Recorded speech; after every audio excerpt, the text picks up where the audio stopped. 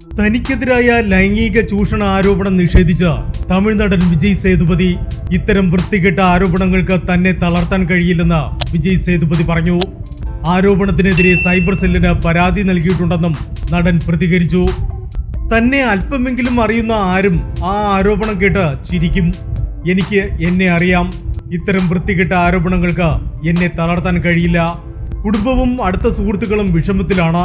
പക്ഷെ ഞാൻ അവരോട് പറയും, അത് വിട്ടുകളയൂ. ശ്രദ്ധിക്കപ്പെടാൻ വേണ്ടിയാണ് ആ സ്ത്രീ അത് ചെയ്യുന്നത്. അവർക്ക് കിട്ടുന്ന അല്പനേരത്തെ ഈ പ്രശസ്തി അവർ ആസ്വദിക്കട്ടെ എന്ന് വിജയ് സേതുപതി പറഞ്ഞു. ഞങ്ങൾ സൈബർ ക്രൈമിൽ പരാതി നൽകിയിട്ടുണ്ട്. കഴിഞ്ഞ 7 വർഷമായി പലതരം അപവാദ പ്രചരണങ്ങൾ ഞാൻ നേരിട്ടിട്ടുണ്ട്. അത്തരം വേട്ടയാടലുകൾ എന്നെ ഇതുവരെ ബാധിച്ചിട്ടില്ല, ഇനി ഒരിക്കലും ബാധിക്കുകയുമില്ല, വിജയ് സേതുപതി കൂട്ടിച്ചേർത്തു. ഒരു യുവതിയുടെ പേരിലുള്ള എക്സ് അക്കൗണ്ടിൽ നിന്നാണ് വിജയ് സേതുപതിക്കെതിരെ ആരോപണം വന്നത്.